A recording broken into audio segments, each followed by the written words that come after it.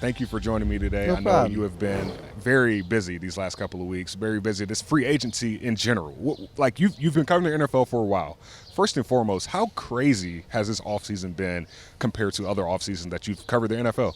I have never seen anything like this. Okay. Now, every year it seems trades have gotten more and more, especially this younger crop of GMs, and Kwesi Adolfo-Mensah now is one of them.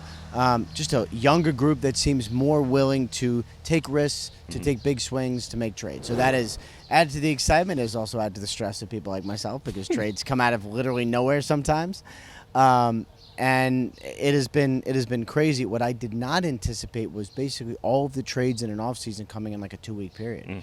It has been absolutely wild. And, the fact that Tyreek Hill got traded like 4 days ago, it seems, and like in a wild move to the Dolphins, I mean, it just punctuates what has been an incredible offseason. And you talk about all of that. I feel like a lot of those major blockbuster moves have been in the AFC. And for the Vikings, who only play 5 AFC teams this year, how does that serve this team that's not rebuilding but trying to revamp the roster? It is interesting because, like, I was talking to the Bucs people yesterday, and I feel like they've gotten better by maintaining, because the rest of the NFC has gotten worse, right? And a lot of good players have gone to the AFC. Now we'll see what happens in the draft. We'll kind of, reevaluate as it goes forward. Jeez, can you get out of here? It's my interview now. No, get out of here. We'll get you later. You do enough Viking stuff. You literally live in Minnesota. Thank you. I don't know who that guy was. Yeah, who is he? I have no idea. Okay. Anyway, Let's continue. we'll see what happens in the draft and kind of where the balance of power goes. But it is interesting because it's like NFC teams that have maintained are actually in a better place because so much talent has gone to the AFC. All right, Jordan Hicks, Chandon Sullivan, Jadarius Smith, Harrison Phillips. These are 4 guys on the defensive side of the ball the Vikings have spent over $70 million on. What have you learned through this process of how Kwesi and Kevin like to attack free agency? Yeah, see, it's been fascinating because those are good names, and I think those will really help. Hicks especially, not a household name, not someone who's going to get a lot of headlines. Coaches love Jordan Hicks. And I know, he was someone Kevin O'Connell was really, really into, because he's tough, he is physical, he can tackle. But mostly he's a good guy who's a leader. Considering what he dealt with in Arizona, where they drafted someone in his position, he wanted to be traded. He came in and was a complete professional and balled the whole year, and they moved on from him. Anyway, that's a guy I think will make a big impact for the Vikings. And then Jadarius Smith is another one where, variety of circumstances, he was out in Green Bay, mostly due to his high salary cap number. And when healthy, and I think he's in a really good place health-wise, he's a very, very good player. But it's not like the value's crazy anyway. I mean, those are deals that are really palatable. I think the Vikings got better, but didn't necessarily spend a ton to do it. Gotcha.